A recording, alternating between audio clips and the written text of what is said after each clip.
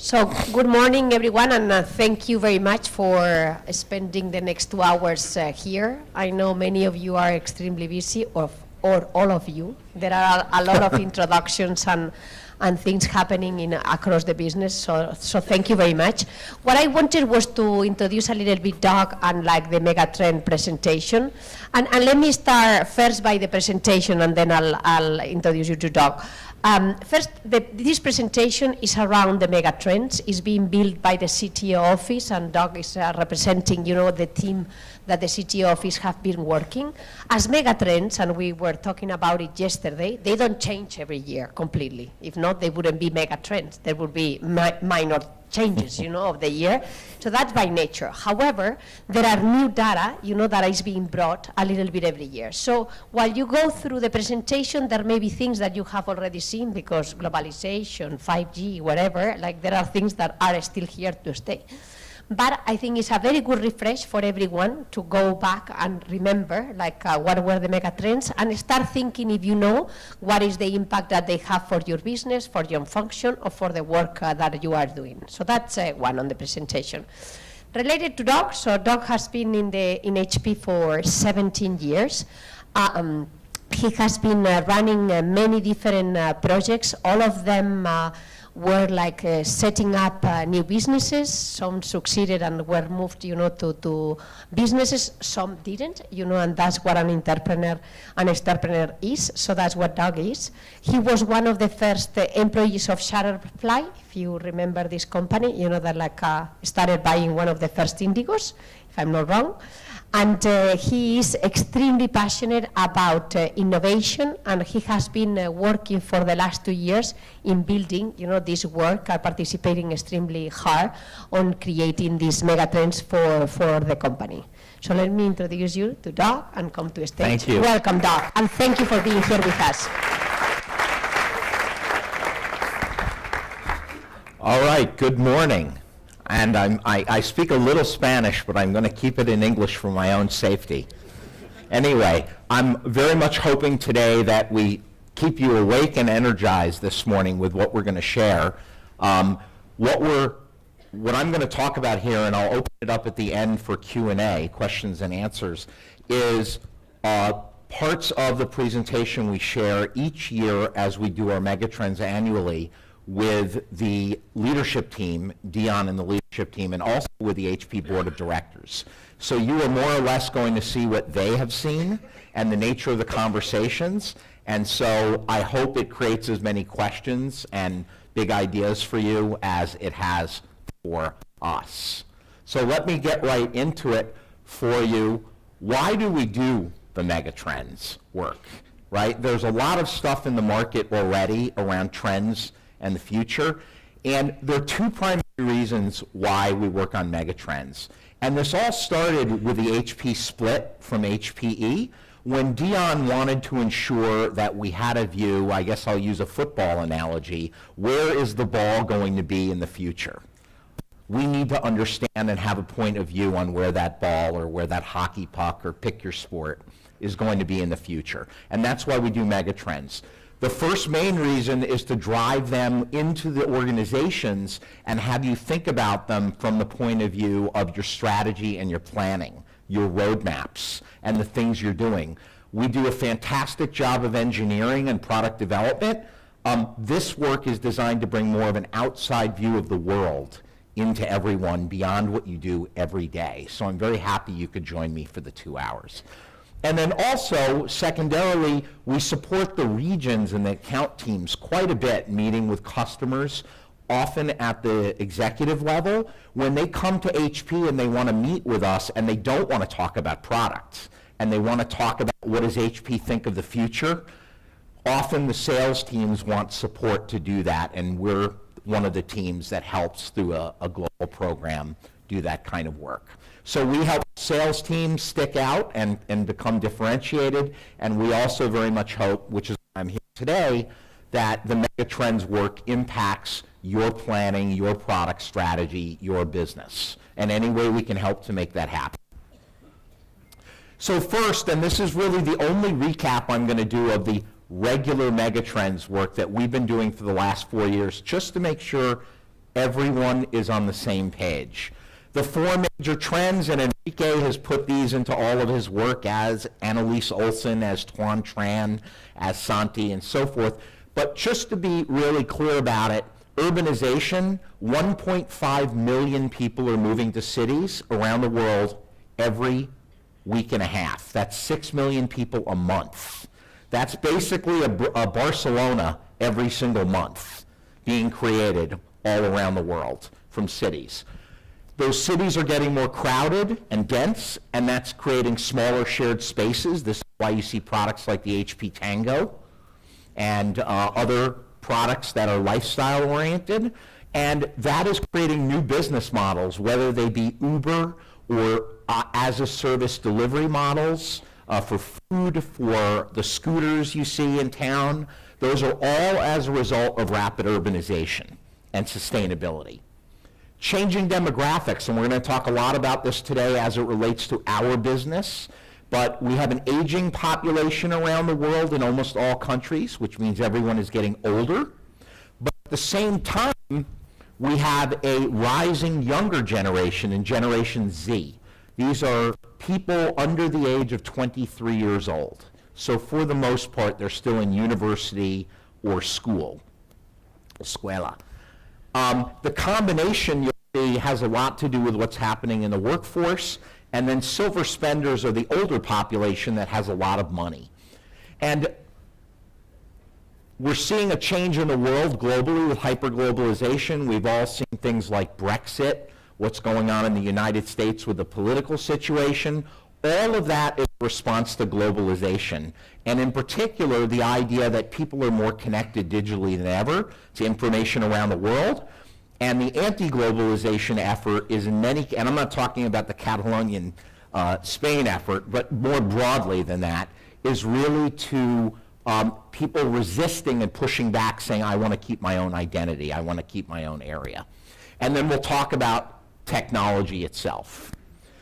So when we look at megatrends, what are they in general, and what do we do?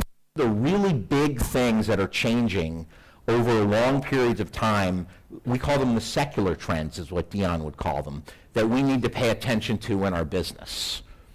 This year, we took them to a whole different level, and what you can see up here is this year we focused on economic impact in the world. Where is the money in the world, and where is the money going? Okay, because if you're in business and you don't follow the money, you're probably in trouble. All right, so the leadership team asked us to follow the money, and we did that. As a result, we profiled the rise of Asia and what's happening in Asia, the changing nature of jobs and labor, and the nature of what that means for our business, what that means for education and reskilling of the workforce to stay relevant in the age of automation, and then what all of this prosperity and change means in terms of energy and sustainability. Not so much in terms of climate change or making the world a more hospitable physical environment, but more in terms of what it means for the use of data, the generation of data, and the future of how people use and interact in the digital world as energy becomes increasingly constrained to serve more and more people using digital products. And you'll see a little bit on cloud on the edge. The technology trends, which we'll only touch on today, are around computing, changes in software, and changes in what we call virtual machines designed to combat the energy and sustainability problem. These are areas of technology progress that we'll be focusing on that might be relevant to your business. So why do we do megatrends? And before I jump into this year's, what would I like you to take away from this? First of all, we do the megatrends for you for four fundamental areas of impact.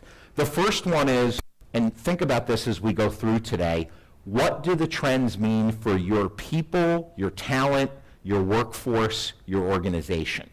As the generations change and the global picture changes, what does that mean for your organizations as they grow and develop, as you have more and more people in different generations joining the company? What tools, processes, and operations do you need to do your business well? This is everything from chatbots to AI, machine learning, and other technologies to help you be more productive in your jobs. To products and customers, how are these going to change in the years to come, and how might you want to think about that for what you make and who you make it for? And finally, business models and go-to-market. Many of the biggest disruptions that you've all witnessed in the media and technology have not been technology disruptions over the last 10 or 15 years. They've been business model disruptions. Whether it's the Ubers, which I know is kicked out of Barcelona here, or Airbnb, or many of these other companies, they're not technology-driven, even though they're technology-enabled. They're all about business model innovation. And the same can really be said about autonomous vehicles and these other areas. There are huge technology advances, but really it's business model change at the end of the day. Okay?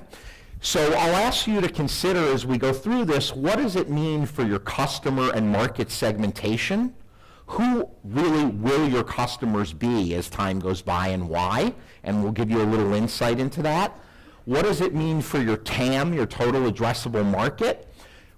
As you'll see, we do TAM at a very good level for HP at a country level, but we this year have taken TAM down to the city level for all of the world's major cities. And so the city level, the local level, is where life really happens, and it's a new way to think about the business. What the differences are between geographies, and then finally automation and productivity. Okay? So let's get into it, and hopefully my coffee will kick in. But this year we started with economic segmentation, looking at where the money is in the world, and we reviewed the literature and talked to economists from more than 80 sources globally, from the World Bank to the International Monetary Fund to the United Nations. And a lot of this work comes out of that. The first things first. Everyone is familiar with the economic term GDP, or gross domestic product. It's the primary measure in the world when you turn on the news and they tell you about the economy. It's GDP they're talking about. And GDP is driven by three primary factors in the world. It's driven by consumer spending, it's driven by private spending, which means companies and businesses, and it's driven by government spending. Okay? And government spending usually comes from the taxes or the tariffs that governments take out of people's pay. And so consumer disposable income and spending is the income that you take home after the government takes its taxes out of your pay. And that drives 2/3 of the world economy. Okay? It's very closely tied to businesses. So jobs produce wages, which produces income, which produces spending. And those income comes out of and is related to commercial spending. So companies will not typically spend a lot of money if people aren't, well, let me rephrase that. There's a very close correlation between income that consumers have and spend and how businesses are doing. They're very closely related. And so to look at income in consumers tells us a lot about where money is going in the world. Okay? A concept I need to get across here to everybody, because we're all used to dealing in euro and British pounds, maybe US dollars, but to look at income around the world and understand money, we have to do it in the same view, adjusted for exchange rates and adjusted for differences in cost. And economists around the world and organizations do this with what's called purchase power parity, okay? Which is how much purchasing power, if you take €3, do you have if you go to Montenegro? And they do it globally in US dollars because US dollars are the back currency that all of the world uses to exchange monies. And so everything's expressed as US dollar purchase power parity, which means equalizing all currencies around the world for what makes a difference. But as you can see here, 35,000 US dollars has the same purchase power parity as 45,000 in Iceland or 9,000 in India. And so when you look at income and spending around the world, if you want to understand what the power of the spending is, you can't compare the same number. Because what is a certain amount of money here that makes for a good lifestyle is very different if you're moving to parts of India. And so we're going to adjust for that now. One way to think about this is The Economist magazine every year produces something called the Big Mac Index. And as an American, I hate the fact that McDonald's and the Big Mac is one of the things they use to represent my country, but I'll live with it here. Anyway, how many of you think that products, all products, HP, Apple, we could go down the long list, how many of you think that those standardized products like the Big Mac cost roughly the same amount in every market around the world? Anyone think that? Okay. And you're right, they don't. In fact, a Big Mac, which is literally the same everywhere in the world except for perhaps adding squid in Japan, or whatever the local octopus perhaps in Barcelona, this is the cost in US dollars, purchase power parity, of Big Mac, the same Big Mac, in every major country polled on Earth. So in Indonesia, it's $2.19. In the US, it's $5.51, and in Switzerland, it's $6.54. It's the same product. That means you have to earn 3 times as much money in Switzerland to buy a Big Mac and feel like you're getting the same value. And that has really significant implications for our businesses when we think about products and pricing and what people can afford and what makes sense for businesses. Does everyone get the basics of this? This is why when you're from here, let's say with a euro, and you go on vacation to a developing nation, and you go, wow, it's so inexpensive. I can stay at this great beach resort and all these things. That's because of purchase power parity. Your money goes very far, okay? All right, so with that in mind, let's get right to it. What's going on with money? Overall around the world, incomes have been rising for the last 100 years. And I'm only showing you here from 2001. This is the average household disposable income, which means after taxes, in purchase power parity dollars. So they're all even, okay? These aren't the actual numbers by region, but they're adjusted. This is the trend, and you can see Asia here, and you can see all of EMEA, and if I broke EMEA out, you'd see many different lines, and you can see the Americas. If I broke Latin America out, you'd see much lower numbers, North America, much higher numbers. So income is growing up, so rising income should drive TAM opportunities everywhere, which we're going to get to in a moment. While I'm not going to talk too much about it, I do want to mention this issue, and it's a touchy issue politically, but I think it's important we understand it. Hopefully everyone has read, seen in the media over the last few years, the whole notion of rising inequality of income and all the things that go with it. This single graph explains why that's become an issue. This is the share by tier of the income bands from the very top to the very bottom of how much of that increasing pie does each group capture. So for example, in 1980, the bottom 50% of income earners, let's say in Europe, got 8% of the global income in Europe. 8% of the income was from 50% of the population. That's now 10%. So the bottom has more than they used to have. The top has a lot more. And I think this is what you read about. The middle is getting squeezed, okay? That dynamic, and by the way, all these slides will be available to you. So you can take pictures, but I just want to make it easy for you. This is the issue. We won't talk about it too much, but we keep an eye on this at HP in country-by-country basis, because this is what drives government regulation, taxes, immigration policy. When this situation gets more extreme, different things happen in the political landscape that affect business. So we keep an eye on it for that reason, not because we take a particular political or social view. Okay? All right, with that in mind, let me go back for a minute. Let me take a little quiz here. How many people think, and I know you're large format and GSB and those businesses, but I want you to think as a consumer right now. Think of HP consumer products for a minute. How many of you think around the world that HP's customers from a market point of view, like where we start looking at customers, make, what do you think the lowest level of income is annually in what I call U.S. purchase power parity dollars?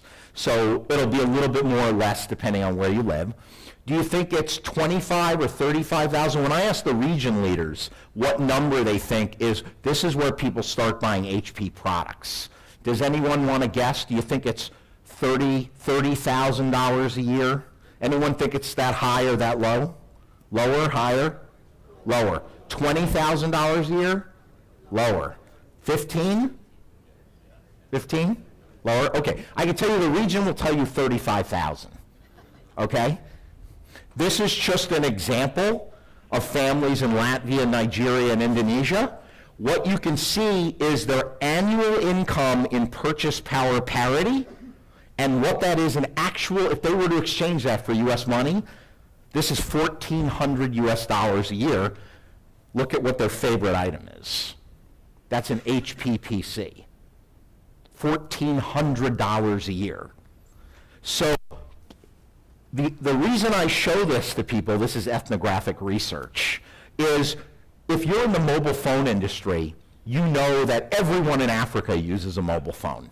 Everyone. It doesn't matter if they're a bushman on a tribe in the Kalahari Desert, they have a mobile phone, right? There's a business model for them, there's a product for them, and in fact in Africa, in Kenya, 92% of all the banking is done on mobile phones, not at banks. Okay? It's become integral to their lives. Different HP products like the PC are that way too, but we haven't yet recognized that because we don't relate to them coming from the developed world from an income and a business model point of view. So the point of this is to show you that if you want to reach larger populations and increase the TAM, in anything, new business models and maybe new minimum viable product types are required for populations that have different economic spend. And that would be SMBs, micro businesses, as well as consumers. Okay? And this is a pretty good example. You can see the PC is the favorite item, more, quote, favorite than the mobile phone for the family here in Nigeria, Lagos, and here, and look how much they make, $2,900 a year. To put this in perspective, in the United States, officially under the US government, $16,000 a year is the poverty line in the United States. So this is 1/5 the poverty line in the United States, and they're buying computers. Okay? Gives you an idea of purchase power parity. All right, anything surprising here for anybody? Is this like, wow, I never would have thought, or is this more intuitive to everybody? A little bit. This shocks a lot of our executives, by the way. Okay? All right, let's go a little further. So instead of going into all the income levels in the world and every level of income and all the statistics and all that crazy stuff, we made it really simple for our board of directors. We grouped everything into what we call the haves, those above a certain line, and the have-nots, those below. And essentially, it's middle class in every country, and up and below middle class, okay? Middle class and up are the haves, and below are the have-nots. So let's look at it. What you see here for major countries, and we have Spain up here, whoops, is in blue, you have the change in millions of households of how many households are entering the haves from now to 2035, okay? In the gray, you have what is the change in households for the have-nots. So the best picture you could see would be plus for blue, the haves are going up, and plus, minus for have-nots, there are fewer poorer people, okay? And what you see here, for example, is a tremendous explosion of in China, Indonesia, and India of have population, but also a decrease in the have-nots. By the way, before the recession that hit China about 5 months ago, this number was 450 million households. So it's still a big number because this is almost as many households growing in China into the haves as the entire United States household population. So these are big, big, big numbers, okay? But you can see in Europe, Europe is relatively flat economically, not a lot of changes up or down, and that's reflective of the economies in those different countries, okay? In the US, you can see the wealthier are getting wealthier, and there's a slight increase of lower poverty at the bottom, okay? When we look regionally at this globally, this is what you see, 585 million households in Asia. So I want you to look at this for a second and see that Asia is bigger from the have group than every other population. So this says 4 out of 10 households in Asia Pacific in the next 10 years are going to go from poverty to having money. 4 of 10. That's a very big number. And that's going to be reflected in business spending and all the spending that goes on. And we're going to show you a little more on that. And here you can see green. Why am I showing you red here? This is Middle East Africa. The reason I'm showing you is notice how big this positive number is and how big this positive number is. This means richer and poorer. And that creates a lot of political and social unrest, which has implications for business risk, security, production, supply chain, and so on. Okay? And obviously it varies country by country. Is everyone following along on this okay? Because there's a lot of data, I don't want to overwhelm you, but I'm trying to give you sort of the general themes. A lot of money coming in Asia, and the rest of the world improving, but improving with different mixes. Okay? So let's take it down to the city level, because this year was all about cities for HP. So if we look at different countries in the world, see if I have my little pointer here, a little laser pointer, what you'll see is 2 columns for each country, okay, like Germany, Hamburg, and Essen, or Poland, Warsaw, and Poznan, right? The city on the left in each column is either a mega city, a big, big city, or among the biggest cities in the country. The cities on the right are the smaller regional cities. And so the reason we're showing you this is to show you in most countries in the world, like take Indonesia, whether you're in the giant city, did I lose it?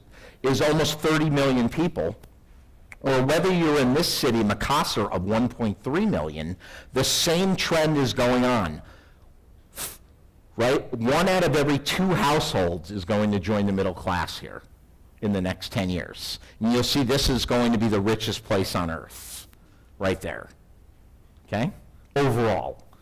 And if we look in China, 21 million in Beijing, Xiamen, 3.5 million, the same thing, okay? Look at that, 7 out of 10 households in Beijing are going to join the haves. 7 of 10. Those are incredible numbers. That's like Europe going from 1900 to 2000, all in the span of 10 years. So this has pretty big implications for where we do business, because right now we do the least business in every region in APJ. And it is the wealthiest growing part of the world. This was a big discussion with the board. If I look at Japan and Germany, for example, you see a couple of things I wanted to point out here. In the larger mature economies that are more stable but not really growing, kind of flat, and Japan is a perfect example of that, you'll notice that here we have the small city, with fewer poorer people, but the big city is getting poorer. Why is that? More people with money at the top, more people with less money at the bottom. And the answer there is in these stagnant economies, mostly in Western Europe and developed Asia, okay? The poorer people, the lower income people are moving out of the small cities and the rural areas to the biggest cities to look for jobs. And that's why it's creating a spread that you're seeing. And that spread of all these wealthier people, right, is what's making cities very expensive. Because the more people who come in with money, the more prices go up, the more everyone goes, oh, it's so expensive to live here. So it's a catch-22, we call it in English, because you want to be in a place where the economy's doing well and everyone's making more money, but if they're making more money faster than the economy is doing well, everything becomes very, very expensive. Okay? This is kind of basic economics for everybody, but you can relate. The example I'll give you in the United States is San Francisco, which is right near our headquarters, and a small city in Texas called El Paso, Texas, okay, which you've probably seen in the movies. They're both the same size. San Francisco has 600,000 people, not the whole area, just the city. El Paso has 600,000 people. The median household income in El Paso, purchase power parity, is 110,000 US dollars. That's for a whole house. The median household income in San Francisco is $130,000. A home, like in San Cugat here, the median home price in El Paso is $150,000 for a home. Does anyone care to guess what it is in San Francisco? Take a guess. Let me hear a couple of guesses. Wow, we're all 1.6 million. Yeah. 1.6 million is the median household. That's the right in the middle. Okay? Same income, 10 times the cost for housing. That's what's going on because of these numbers. Okay? Hopefully that should help explain a few things. But look at these numbers. I really want you to think about this for your businesses. 8 million households in Beijing. Just the city of Beijing are going to join. This is more households than many countries in Europe. That's in one city. Okay? That's a big deal. Okay, so going a little bit further here, let's go to the next level, which is, let's talk about cities of different sizes. You've probably seen in Enrique and other people's Megatrends slides, megacities. People heard of megacities? These are cities over 10 million people. These are the world's big. Beijing, Shanghai, New York, Sao Paulo, the really, really big cities. Those are right here.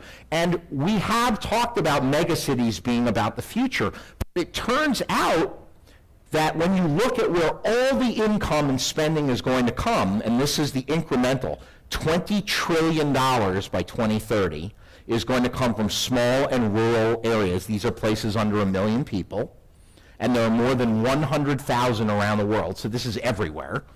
23 trillion is going to come from cities over 1 million. But more of it is going to come, 15 trillion is going to come from medium and large cities than megacities. Now, why am I showing you that? Because it turns out that from a go-to-market point of view at HP, we call these tier 1 cities, and most of HP's sales efforts are targeting tier 1 cities. Very little effort targeting tier 3, 4, 5 cities. That's what these are. So this has really big implications to where the money is. And to, if those of you have heard of the go-to-market transformation, that's what this goes right into, which is where are people going to be? And it's not just in Beijing or in Paris or in London. It's in cities everywhere. And this is really significant implications for go-to-market, to mention products, which we'll get to in a minute. Does it make sense to everyone? 131 cities between 5 and 10 million, 430 cities between 1 and 5 million, and you can see the amounts of money here. So growing incomes may impact our TAM and our go-to-market beyond tier 1 cities. And in fact, when I showed this to Chip Berg, who is the chairman of the board of HP Inc., who runs Levi Strauss, the blue jean company, he said his sales organization doesn't even manage at the country level. they manage at the city level. Meaning, when they report in their dashboard, they don't say China versus India. They go city by city by city by city by city. And he has 2 cities, and Levi is obviously a big brand for clothing. He has 2 cities in China that are shortly going to be bigger in sales than all of the United States. 2 cities. That's why they do that. And that has really significant implications for us. Okay? Is that kind of sinking in for everybody? Okay. Great. And you'll get these slides. So, all right? So let's take a look by region at those very cities I showed you before on the map. In the Americas, in EMEA, and Asia. So this is 2018, and this is the average household disposable income, purchase power parity adjusted. So don't get too caught up in the actual number because it's different in every country for real. But you can see these are cities in Asia. This is Indonesia, this is India, large and small, China, large and small, Lagos, right? This is averages. This is Europe, so you can see Asia is about on par with EMEA right now for average, okay? And this is examples coming out of the Americas. Sao Paulo, a small city, and some bigger cities. Chicago is a mega city in the United States. Now that's right now, okay? Maybe not surprising, depending. By the way, don't be fooled. The only reason why these numbers are at this level, not up here, is because Europe's very expensive. So if you're very expensive, your purchase power isn't as high. Doesn't mean that you make less money than people who are in parts of Asia. It means that your purchase power is not as high as the money you actually make. Okay? Hence, it's expensive. But take a look, ready for this? This is 2035. Just take a look at that for a second. Anything surprising about that? Does that scare anybody? It scared me. We're moving to Delhi. Well, yeah, exactly. Well, wait till you see the map, the heat map I'm going to show you in a minute. But what's really important about this, remember I said when you looked at that chart of Asia, when I showed you the families, you know, they had purchase power here, but their income was here? That's the case. It's not that a family in Delhi is going to make 170,000 US dollars literally. Maybe it's 90. But their purchase power is going to be really high, which means they're going to have a lot of income to spend on goods, PCs, printers, I could keep on going, as are the businesses, which will be able to buy quite a bit. Okay? So are we appropriately factoring in these changes for our long-term planning? And we've been working with the MAP team, for TAM, because they do TAM at the country level, and they also base the TAM that you all use on historical information. It doesn't account for changes in the future. So it's either going to be kind of right or completely wrong, is what I'm trying to say. Probably right in the next year or two, very, very wrong a few years from now. And when you make long-term planning decisions on the future is going to be very different than it is today. That's why I'm showing you this, okay? So for next quarter, the quarter after, business is good, business as usual. But the further you go out, the less likely the future looks like it looks now. And I'm not talking 10, 15 years. I'm talking 3, 5, 7 years, which isn't that far, okay? Hopefully I find this data pretty fascinating, so hopefully it is for you as well. This really, really shocked people on the board. And Dion confirmed this because Dion has lived in, I don't have it up here, but Dion has lived in Hamburg and other places, and he can attest personally to the purchase power parity differences in different places in the world. Okay? So what are some considerations? Look to cities as markets instead of countries or regions. City, I'll almost look to it like the Renaissance. I was telling my friend Esteban here, I'm a big history person. I love history. Back in the Renaissance, you had Venice, the city-state of Venice, and you had the city-state of Rome, and we're going to have economies in the world that look like city-states, like they did in the Renaissance, where we're still going to have countries, but the power of cities economically is going to be very significant. And it implies that not only will the TAM vary, meaning not be evenly spread out in a country, but the products that people might need, commercial and otherwise, might vary city by city. And that the products, instead of thinking, hey, we're going to make the same product for developed and emerging, or we're going to make the same product for China, and we make for all of China, but that's different than what we make for Germany, might be the best way to look at it. The better way to look at it might be which cities across the world have similar characteristics, and it may be that there are Class A cities, Class B cities, and Class C cities, and there are products that reflect each of those, and they transcend country, if that makes sense. Meaning the people who live in Lagos, Nigeria, at the upper part of the income range, are the same shoppers with the same products that you might have in Western Europe. But the people who live in the outlying cities of Nigeria are the same as people who live in small towns in Germany. And that is kind of like an aha for people, okay? So let's talk about the rise of Asia, because if you looked at that map I showed you, you probably saw that Asia, wow, Asia's really changed.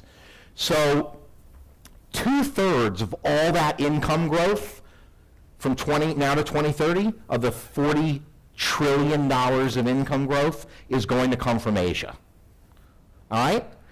And it's going to come because the average city in Asia, over 1 million people, is going to double in household income between now and 2030. Double. That means if they made the equivalent of 20,000 euros now, in 10 years it'll be 40,000 euros. If it's 40,000, it'll be 80,000.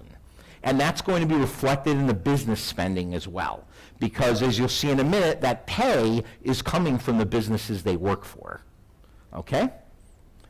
So if you want to see the money sort of on a heat map level or a breakout level, remember small, medium, and large, here, this is the world. Where is the growth in money coming from in the world? For cities, 67% Asia, 18 EMEA, 15 Americas. And how big are the cities? So these are mega cities, large cities, medium cities. So you can see this blue is Asia, this light blue is EMEA, and the gray is Americas. So within that are clusters, and what we've been doing in the CTO office is working with the region teams to give them prioritized tier 2, 3, 4, 5 cities within the sub-regions like SEMA, which they have no intelligence on previously, so they can understand where to put the sales force. Because right now, they're kind of blind at the field level. They know the country, they know their channel, but they really don't know where the money is. And so this is very different for them. Now let me give you a real aha heat map. Let's pretend you're in the International Space Station, flying around the planet, looking down at a map. This is a heat map of Asia. So the bigger the circle, the bigger the population. The darker blue the circle, that would be Azul, I think, right? Maybe. The darker the blue the circle, the wealthier the population, and the darker gray the circle, the poorer. So that's the have, have not. And in fact, you can see up here there's some numbers, you know, of 175,000, 7,000. Okay? So this was 2010, all right? This was 2018, last year. This is 2035.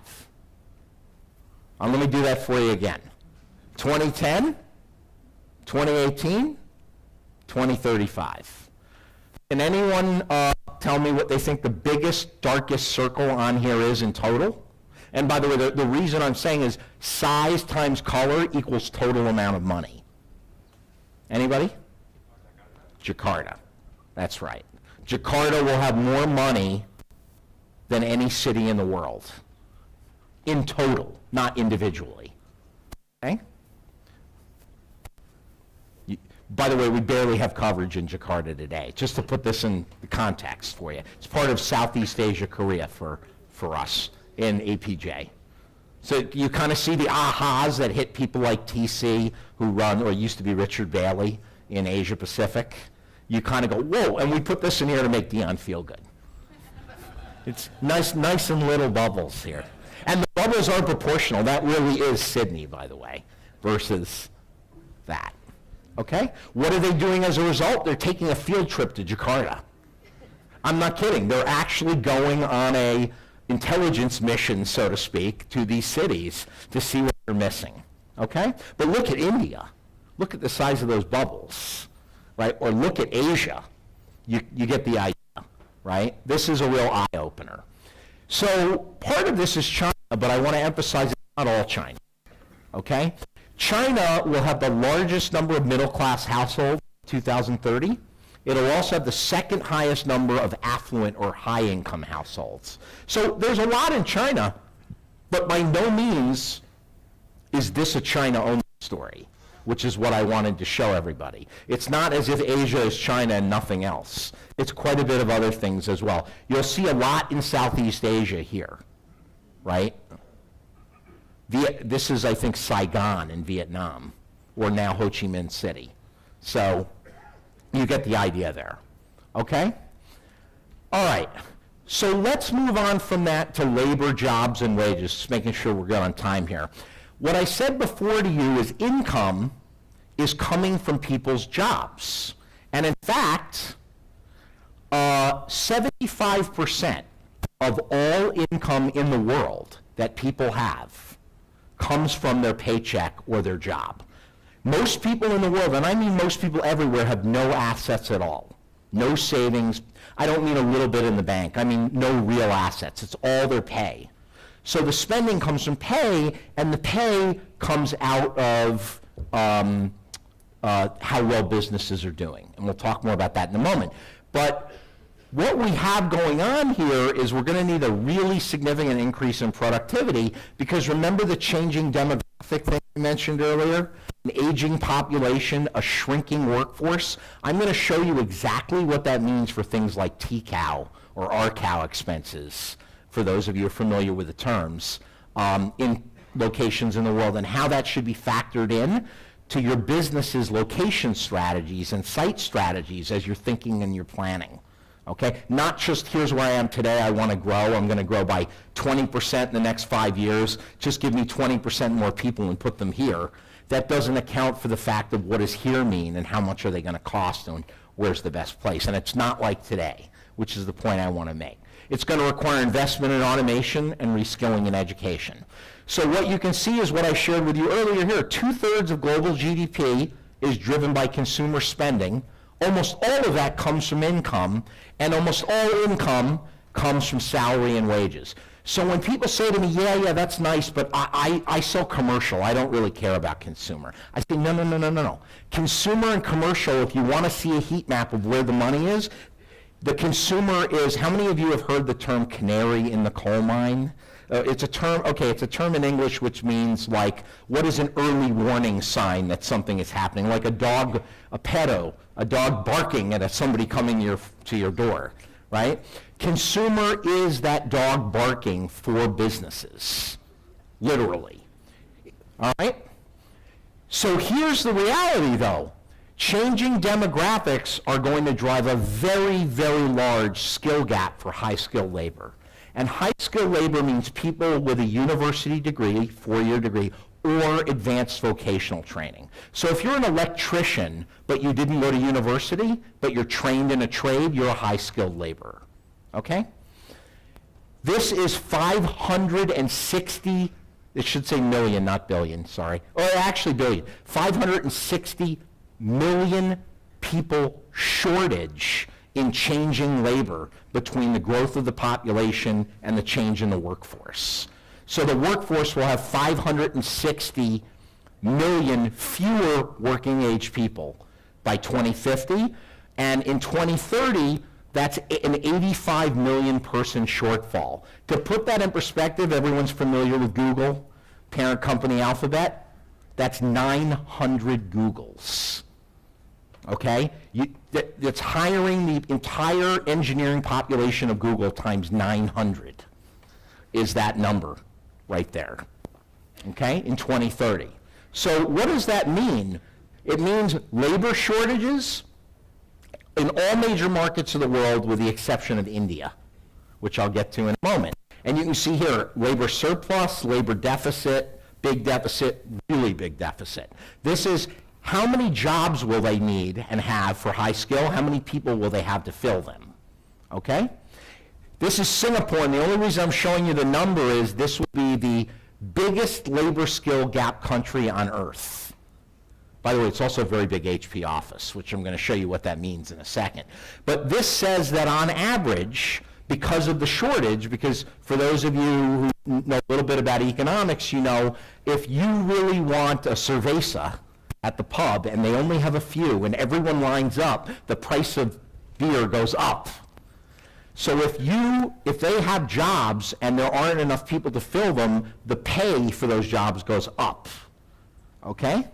And in fact, the premium on top of inflation for the average job in Singapore will be 29,000 US dollars per person per year increase to RCAL, okay, by 2030.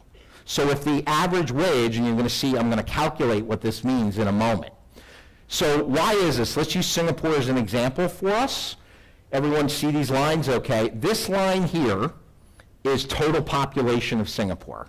So here we are in 2020, and this is 2030.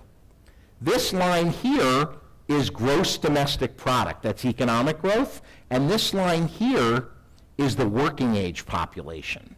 Okay? So what you can see is the gap between the population and the working age population is growing bigger, and so what you see is today there's a gap of 265,000 high-skilled laborers in Singapore. That's going to grow to 1.1 million. That's 1/6 of the entire country, okay? Of the entire country. So what does that mean? So let me give you an example. TCAL, everyone knows what TCAL is, hopefully. RCAL, TCAL, cost of labor. Right? For every 100 employees, and I made up a number here to be fair, average salary, wages, benefits all in is 80,000 US dollars purchase power parity. That's $8 million for 100 employees in RCAL. Add 29,000 for the premium, and now you've increased TCAL from 8 to 2. TCAL has gone up 2.9 million for every 8 million for every 100 employees. Wow. If I'm thinking about where I'm going to put my people and why I might put them, I probably want to know this before I make my long-term planning decisions, to at least make an informed decision. And that's what you're seeing here. Okay? So how are we going to offset your businesses? Well, one of the things is, if you can all see this okay, the white area here, I guess it's gray, this is if you take every job in the world, every major job in the world, it can be broken down into predictable physical labor, data processing and collection, unpredictable physical work, and then what I call the softer people skills. This is how much time is spent, and this is how automatable those jobs are ultimately.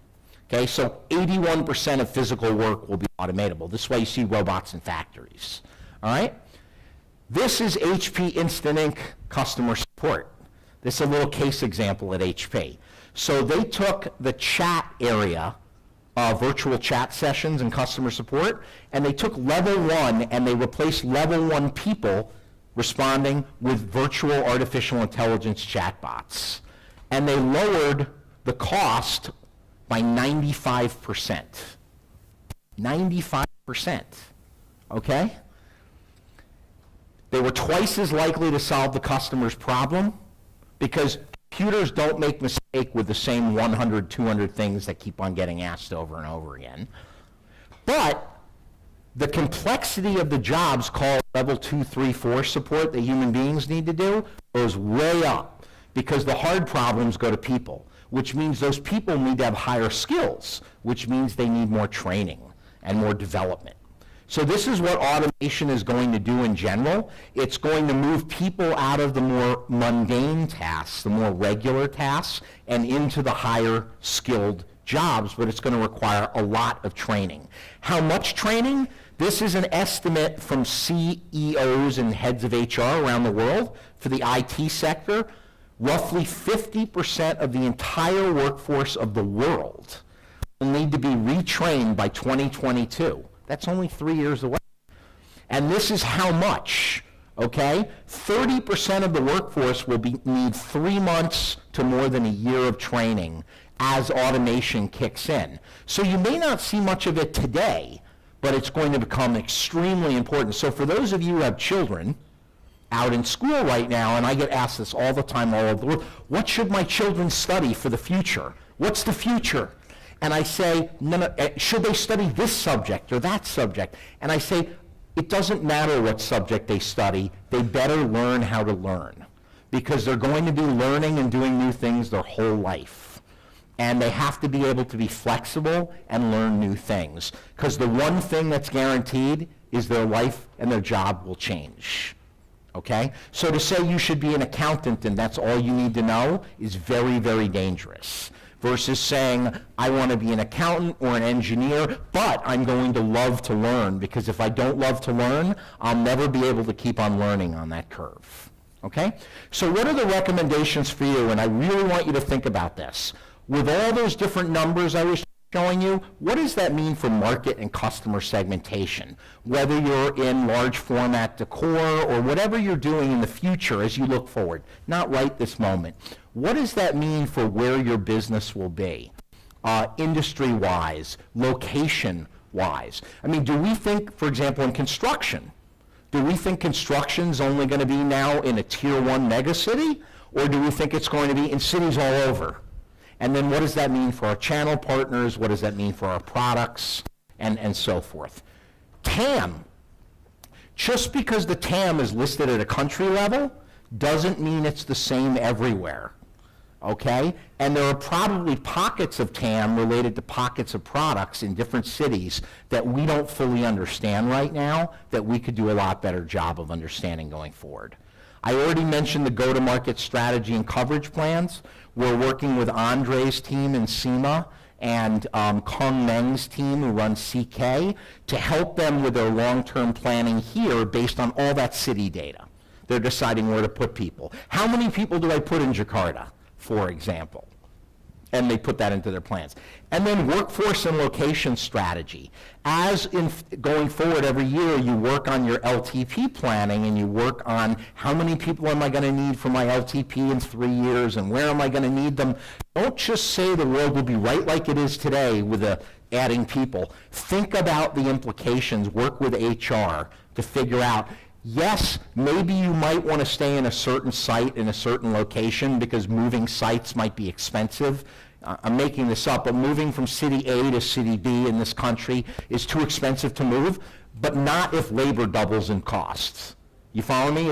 It's like looking at your home budget. You don't look at one item, you look at all of your budget. And that's what this is really all about. So I'm just going to kind of run in the final area here in timing into some of the energy sustainability and technology, which will hit home hopefully for more of the engineers in the group versus the market material. So this is a map of GDP, remember that term, per capita. This would be a higher percentage of haves, this would be a lower percentage of haves. And this is energy use in tons of oil per capita, per person, to produce the energy required for their consumption annually. So the higher up you are, in the United States, 7 tons of oil per person per year to produce the energy. The only country that's bigger is actually Canada.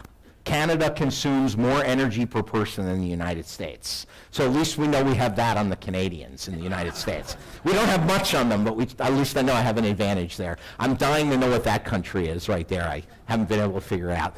But these are the big growing countries I mentioned, and I can guarantee you as they get wealthier and wealthier, they're going to go up to the right.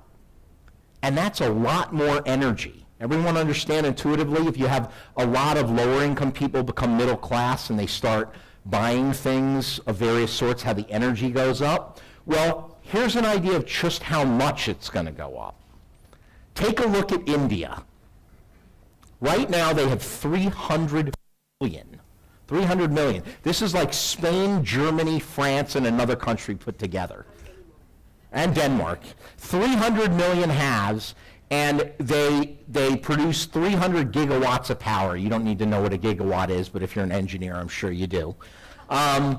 But in 2035, okay, they'll have 700 million haves. They'll more than double. Just look at, this is bigger than the population of most of Western Europe, okay? And the reality is that the number one thing they're going to buy as they move into the middle class are air conditioners. Because for anyone who's been to Asia knows, when it's hot and sticky, you want air conditioning. Singapore is all air conditioned, right? The air conditioning alone to serve this population will cause India to need twice the amount of power it currently has today for the entire country, just for air conditioners, okay? And by the way, that's 70% of all the power generated in the United States. So that's just not feasible, okay? It's not practical, it's not feasible, it can't be done. But this has really big implications for us and our products, which is where I was going. Energy is going to be a challenge for the world. And you may even see governments legislate sustainability and energy requirements. And so if we look at the developed markets, US, UK, Japan, I could put Spain in here, Germany, what you see is the blue is domestic product, the pink is energy. The developed countries who have largely been pushing manufacturing to Asia, emerging, they've gotten very good at growing without using more relative energy.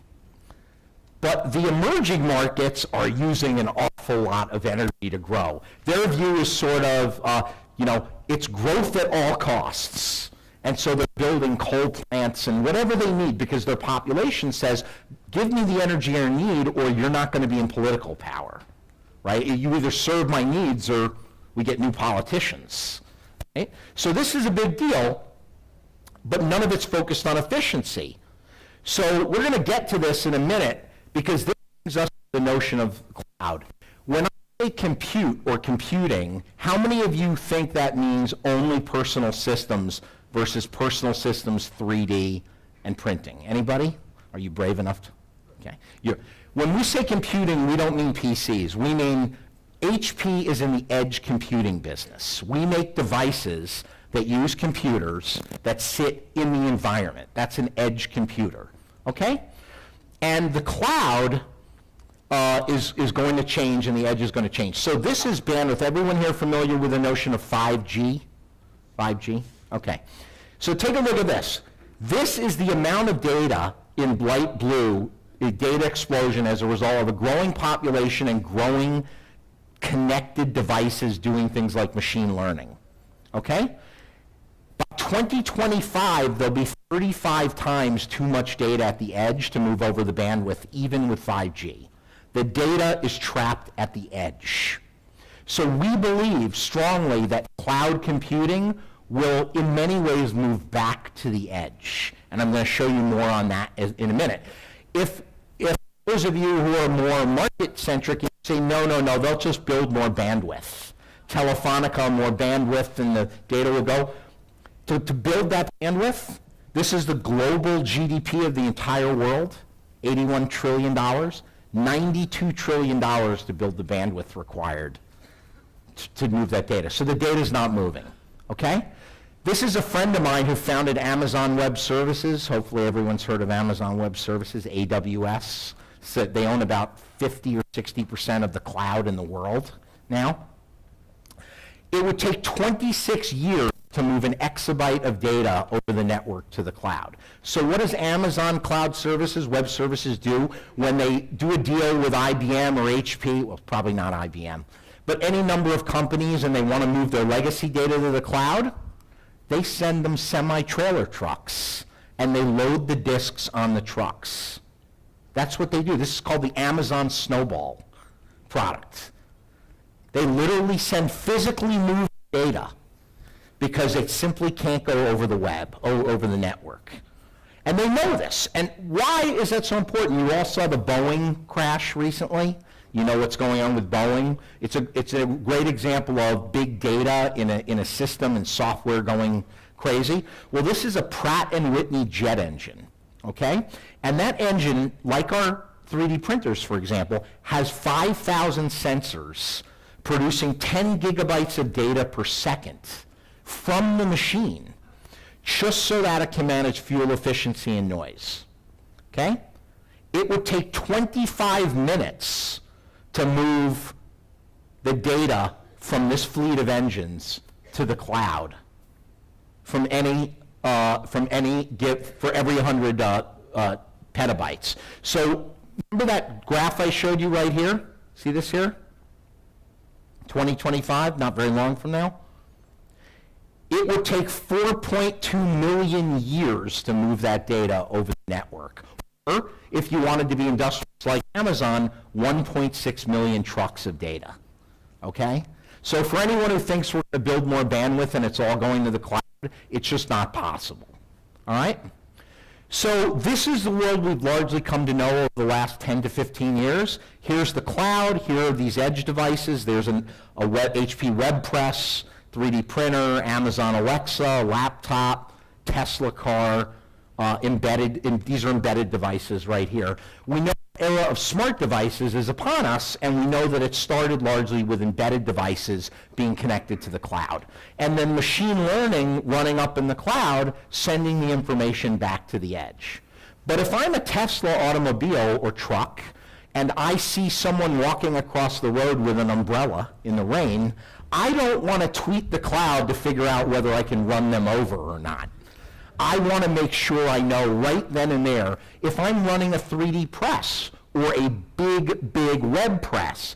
I can't go to the cloud with that data to adjust the press on the fly. I have to do that all locally, machine learning in the edge. So this is what's happening. Amazon and Microsoft know this. Remember, I showed you the truck. And they are moving their cloud into the edge. They're going into the edge compute business. They are partnering to bring their cloud into what I call micro data centers in the building that run at the edge, okay? And an explosion. And we are in the process of develop a strategy to deal with that because we're one of the world's #1 edge companies, but we don't yet have a unified strategy of how to deal with the cloud. And there are lots of TAM opportunities for HP in printing and personal systems around turning our devices into more robust edge cloud machines. For example, I'm not making the suggestion, I'll give you an illustration. For a GSB-based machine in a factory, it's possible it might become a cloud-based working system for the factory environment because it needs to be for its own operation in the future to come. It won't be able to go to the cloud. And this is where things like PrintOS and other systems that we live. Okay? So hopefully make sense to everybody. The big thing is, for those of you who have satellite TV, cable TV, how many of you actually pay for your dish or your set-top box on your television versus it being bundled into your subscription? Is that the norm in Europe, sort of bundled in like a phone? Great. Shifting value and profit pools to device-enabled services. Why do we have to move contractual and ultimately into solutions and services? Because the other companies from other industries will try to take all the profit out of the hardware, like all the profit. And in order to do that, you have to capture the value from the total experience, the total value. Does it make sense to everybody? Okay. So here's an example for those of you in 3D. Turns out that 1/3 of all energy use in the world is from manufacturing. 1/3. So when Dion talks about the $12 trillion manufacturing industry, that's 1/3 of the world's energy use. All right?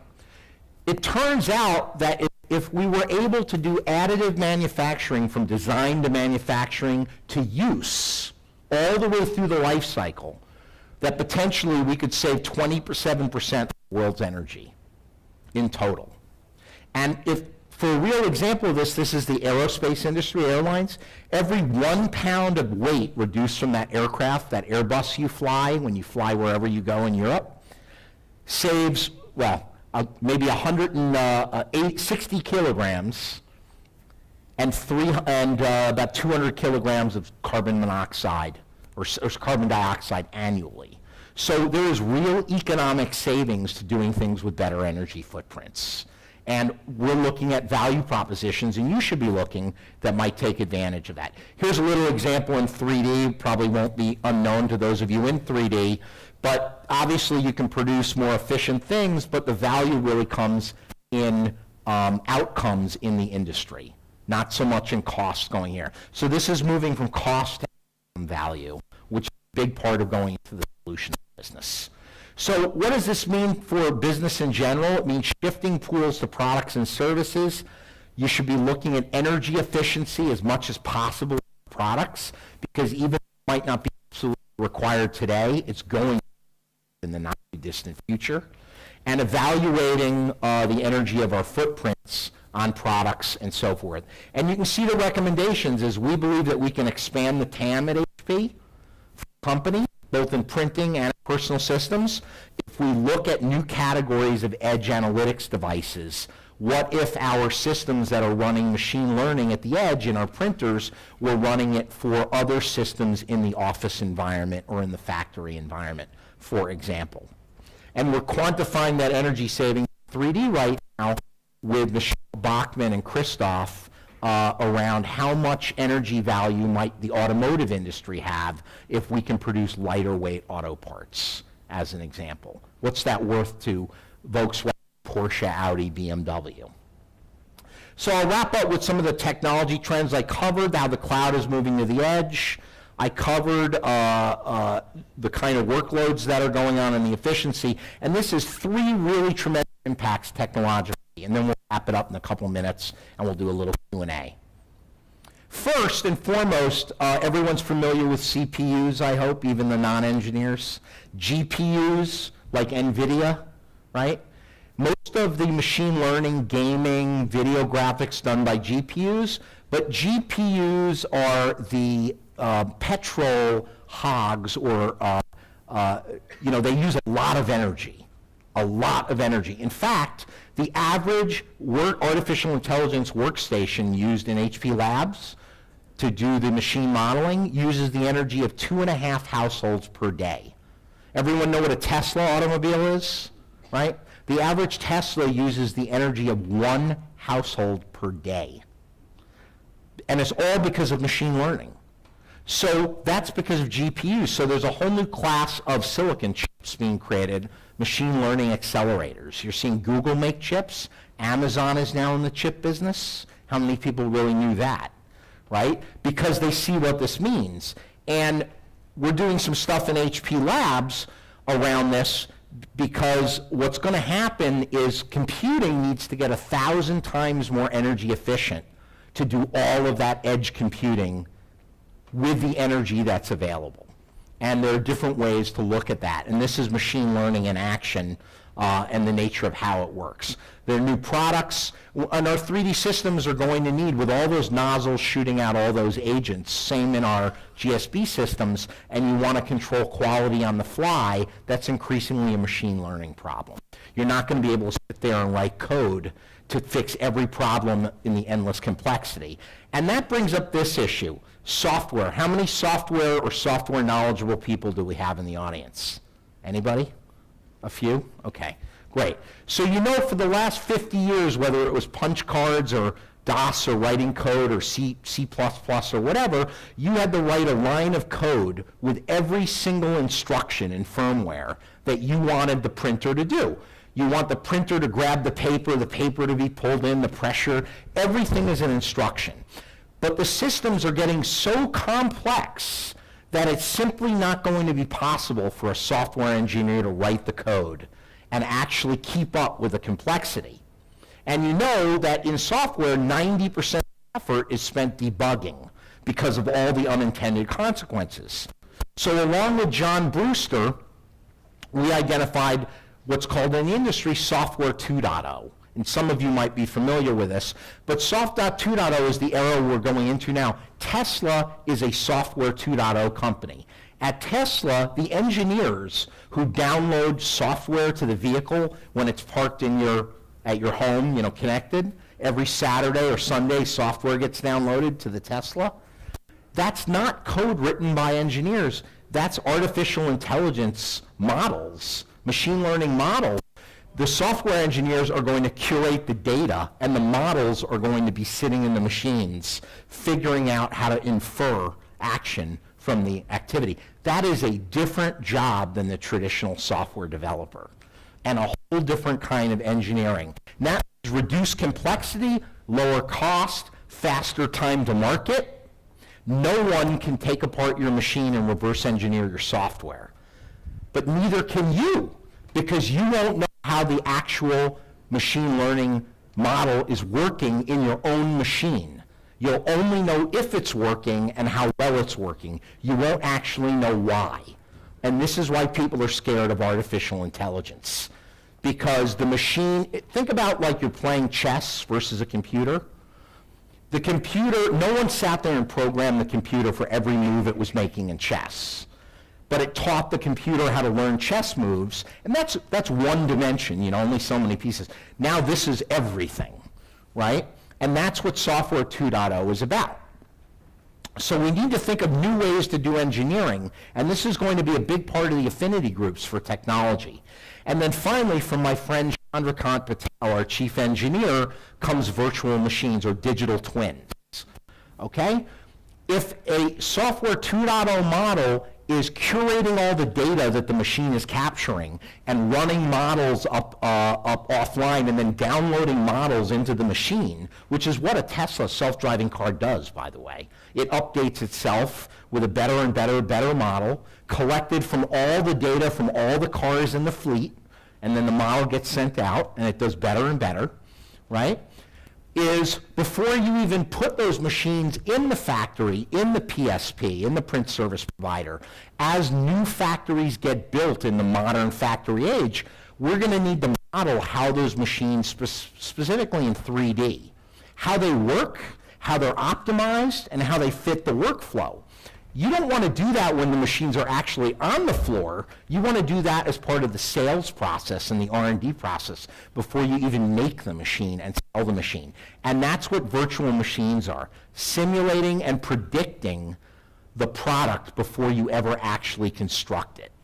And that is a Software 2.0 activity. And that will be a big project in the future in HP Labs for everybody. Okay?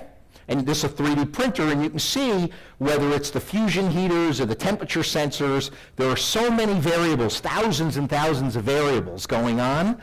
There's no way software engineers are going to be able to write the code to keep up with all those variables. It's going to have to be machine learning to solve the quality issues and so forth.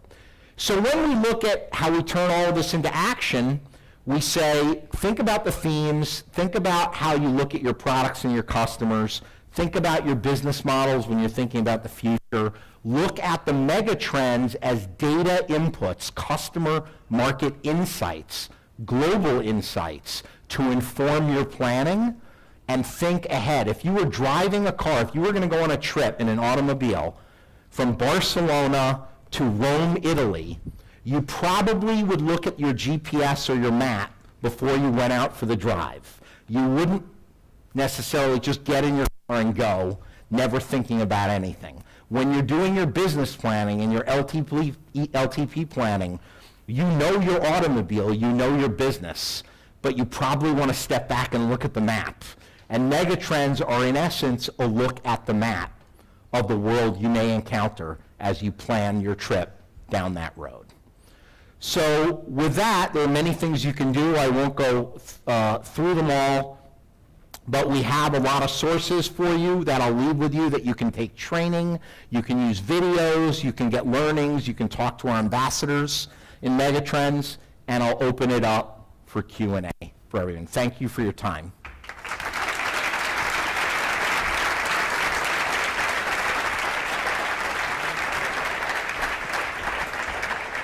I think we have microphones in a few minutes for questions, and you will all get these slides and be able to look through them. We have lots of resources for you depending on your areas of interest.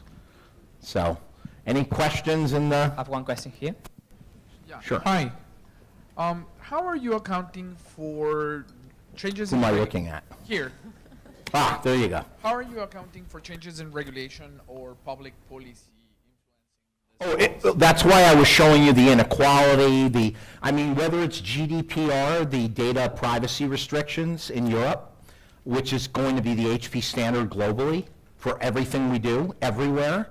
The megatrends help inform the global legal team's view of how they look at policy. The what-if scenarios, right? What if economies change and immigration barriers go up or privacy barriers change? I don't know how many of you saw this week the EU legislation on consumer data this week. Have you seen that? For companies like YouTube, they're now maybe going to be legally, financially responsible for any user who uploads third-party data. Just think about this for a second. That would be like holding the telephone company liable for something you say to your family over their telephone line. Okay? Literally. It's the same analogy. So there's going to be a bit of a, what do you say, a war guerrera? How do you say war in Spanish? Yeah, there's going to be a potential war between market forces and regulatory forces on issues where people or organizations and communities push back or get scared or are worried, and that makes HP's position to be trusted in security and privacy so important, because you're either going to be labeled on this side of the debate or the Facebook side of the debate, and you don't want to be on the Facebook side. So that's part of the equation, and the global legal team uses Megatrends quite a lot. Other questions? Sure. Yeah. Before you talk about the gap of the labor skills that companies are going to need versus what population is going to be able to offer, you put Singapore as the extreme case. And then later on, you said that kind of the key for future skills, it's to learn how to learn of it. So what makes you think, or how are you estimating future's capability of people to learn how to learn, or what makes you think it's not going to be enough to what companies are going to need? Well, I think the takeaway is that companies have historically viewed training and learning as an incremental add-on to what they do. Like, it's good for your career if you learn more, but you can probably do your job without learning more. And what I'm saying is, and is fairly well recognized in HR strategically, is learning will become a core part of your job, maybe even your job objectives, ultimately, because you have to learn almost like you're going through university just throughout your entire career. It won't be an option to just know one thing and stop. You'll have to keep on learning, and that's very different for the commercial world than what we have today. That's a lot more financial investment in each employee's education and development than what is done today, typically at companies around the world. And that makes for change. But it's good for all of you and our children because it will be good for all of them. So, other questions? Probably take 2 or 3 more. Hi, I have a question. Is HP looking closely all these huge investments that China is doing in Africa? Yeah, we are. We had a big discussion on Africa last year, and it's a challenge. I mean, we're trying to get HP's management team to look at Africa not so much just as a market, but also as a part of the geopolitical world. Just like China is more than a market, it's a strategic influencer of what goes on in Europe and Africa. And they are looking at it, they are keeping an eye on it, mostly as it relates to supply chain. I don't know how many of you know this, but the mobile phone that you all have has almost every rare earth element in the world inside of it. And they all come from Africa. And most of the mines where those minerals come from are owned by the Chinese. You know what else uses those minerals? Batteries. Batteries in printers, if we have them, and certainly in laptops. And so battery shortages might be on the horizon because of limitations and things like cobalt. That's why Apple actually bought a cobalt mine in Africa. Literally. So they are looking at it, but the more they look at it, the more we keep the message going, the better, and balance that off. So it's an ongoing process. Final 1 or 2 questions? Yeah. Hi. Here. Hi. I'm on the go-to-market GSB, Yes. and I was impressed by one of the takeaways about moving from countries to cities, right? do you have visibility of what is the trend in terms of go-to-market? Any change that we're planning there? Because on the go-to-market, on my day-to-day work, I don't see any change in Yeah. moving from countries to cities, right? We keep with our age Sure. regions and so on. So any Yeah, so I don't think, if you use the analogy of getting on an airline to go on a trip to London, let's say, HP's challenge ahead in its transformation is we have to fly the planes we have with the customers we have on the planes we have, while we're trying to figure out what new wings and what new engines we need along the way, and make sure the plane actually stays in the air, right? Doesn't do a Boeing situation. So you're not going to see it in your day-to-day job, but it is part of what's being discussed at the region leadership level, as part of Go-to-Market 2020, which is the whole transformation, as part of the various efforts, and it's a multi-year journey.